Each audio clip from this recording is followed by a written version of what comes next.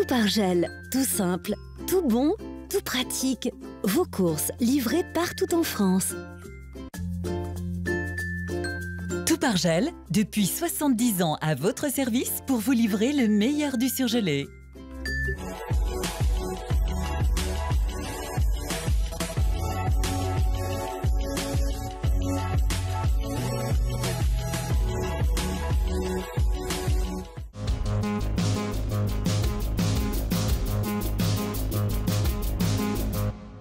Le Coussin de Lyon s'invite au sommet du G7. Visite au Mondial des métiers à Eurexpo. Enfin, une nouvelle exposition consacrée à l'art africain, visible au musée des Confluences. C'est effectivement le plus emblématique de la maison. C'est un produit qui demande 4 jours de fabrication, donc ça n'est pas un produit anodin sur un plan technique non plus. Le Coussin de Lyon du chocolatier voisin choisi pour être offert aux délégations du G7 qui se tiendra en août prochain à Biarritz. Un sacré coup de projecteur pour la marque lyonnaise. Pour la chocolaterie voisin, c'est une visibilité internationale, donc c'est très bien pour nous. Et puis en plus, c'est une grande fierté pour tous nos chocolatiers de pouvoir être représentés auprès des plus grands congrès du monde. Le coussin fabriqué à base de chocolat, de pâte d'amande et de curaçao est un clin d'œil à l'histoire de Lyon.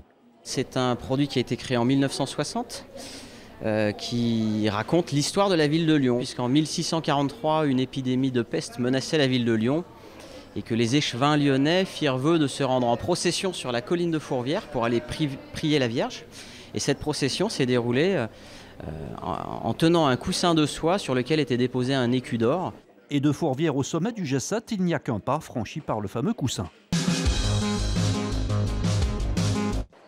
Quels sont les secteurs qui recrutent ou encore les professions qui ont le vent en poupe? Depuis jeudi, le 23e mondial des métiers se déroule à Eurexpo. 70 filières sont proposées, l'occasion de découvrir des formations méconnues, mais aussi de briser les idées reçues sur certaines industries traditionnelles, comme le papier par exemple. On est présent ici pour l'image de ces professions et recruter des jeunes parce qu'il y a des emplois dans nos métiers, on est dans des industries qui sont en mutation et il y a aussi beaucoup d'innovation. Au niveau de l'impression, c'est rendre le papier innovant, fonctionnel, lui apporter un certain nombre de fonctions, le faire rentrer avec la partie, le rendre communicant avec tous les appareils, nos périphériques actuels comme les smartphones. Au total, 700 métiers dont une centaine en démonstration sont proposés jusqu'à dimanche. L'OL impérial hier soir à Guingamp. Le club lyonnais s'est qualifié pour les quarts de finale de la Coupe de France en battant les Bretons sur leur terre. Une victoire 2-1 acquise au terme d'un match maîtrisé de bout en bout. Dembélé est le premier à ouvrir le score dès la 7e minute de jeu. Cornet viendra confirmer la bonne prestation lyonnaise juste après la pause. Et le dernier but guingampais ne viendra même pas gâcher la fête. Les hommes de Bruno Genesio joueront le prochain tour le 26 février face à Caen. J'ai un regard curieux à chaque fois que je vois une exposition d'art africain. Cette propension à imaginer, à réinventer le corps et à le rendre excessivement expressif.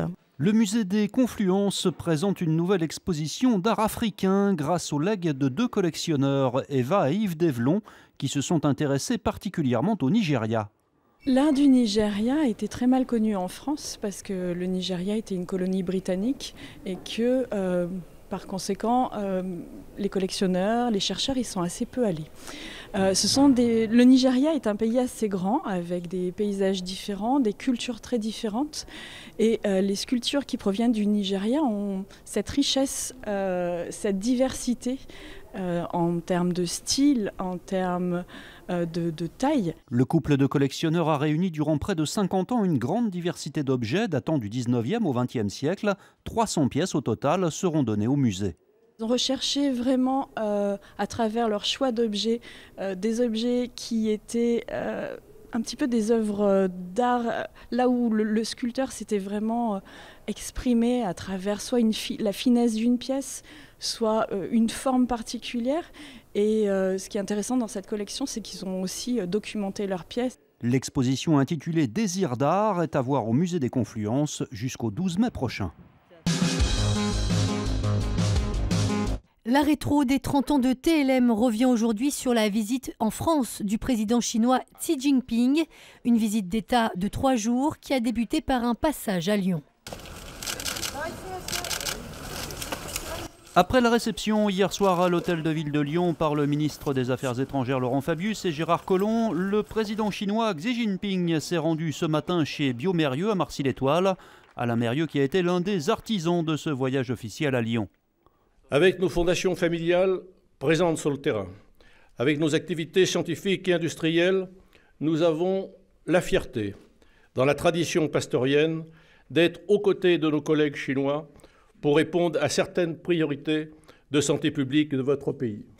Nos visites, Monsieur le Président, Madame, chers amis, est un honneur exceptionnel dont notre famille et nos collaborateurs vous sont infiniment reconnaissants.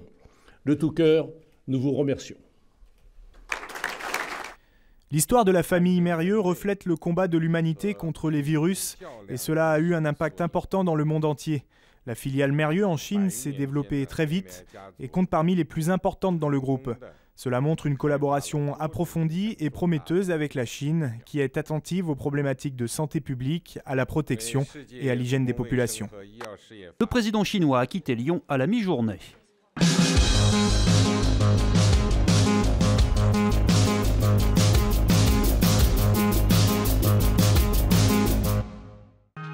L'info continue sur TLM.tv, les réseaux sociaux et le fil info. La météo